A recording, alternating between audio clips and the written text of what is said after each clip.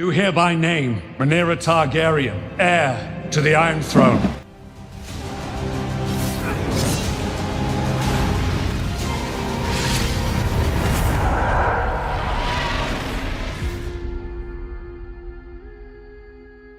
Welcome back, everyone. I'm Joseph, and winter is coming soon. It appears that House of the Dragon Season 2 will be reintroducing the White Walkers and the Night King, as suggested by a recent teaser and some new footage from the North. We've received numerous questions about what the White Walkers were up to during this period, centuries before the events of the main series, so we'll delve into that.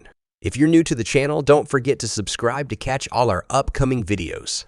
Over the past few months, House of the Dragon has been busy filming in various locations, including up north for the House Stark and Cregan Stark storyline from the Dance of the Dragons.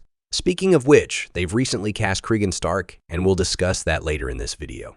Unlike Jon Snow, Cregan Stark is quite knowledgeable, and you can expect plenty of Easter eggs related to events during Jon Snow's time. The central idea here is that Cregan Stark was a significant ally of Rhaenyra during the dance and played a crucial role throughout the series. They've hinted at J.Car flying his dragon via Max to Winterfell at the end of Season 1 to win Cregan to their cause. During the significant time jump in House of the Dragon, Cregan Stark experiences his own challenges akin to Rhaenyra's struggles up north. This makes him highly sympathetic to Rhaenyra's present-day situation.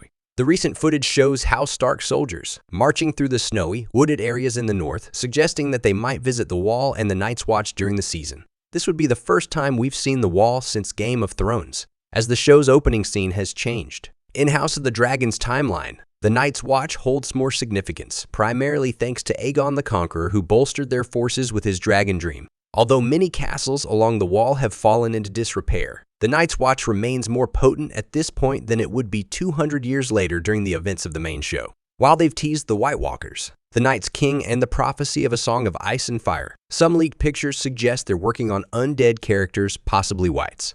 Expect to see references to these elements in Season 2. One significant question is whether the White Walkers were still active after the first long night. Yes, they were, but they weren't as active until much closer to the events leading up to the main show.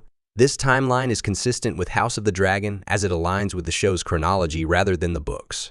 Fear is for the long night. Thousands of years ago, there came a night that lasted a generation. The White Walkers came for the first time, riding their dead horses, hunting with their packs of pale spiders, big as hounds. After the first long night, Bran Stark's ancestor, Bran the Builder, worked with the children of the forest, giants, and other survivors to build the wall, enchanted with the magic of the children of the forest to keep the White Walkers at bay. Although it took centuries to complete, it stretched 300 miles from east to west and included 19 castles.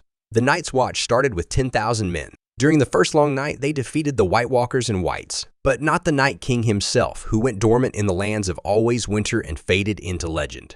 The realm gradually forgot about them, and the Night's Watch's forces dwindled as the threat seemed less imminent. Over time, the Wall's importance diminished in the eyes of the kings, who sent fewer supplies and men. The Night's Watch focused more on keeping the free folk out. Other threats, like the Thins, also occupied their attention. During House of the Dragon's time, they can only maintain 3 castles: Castle Black, Eastwatch by the Sea, and the Shadow Tower.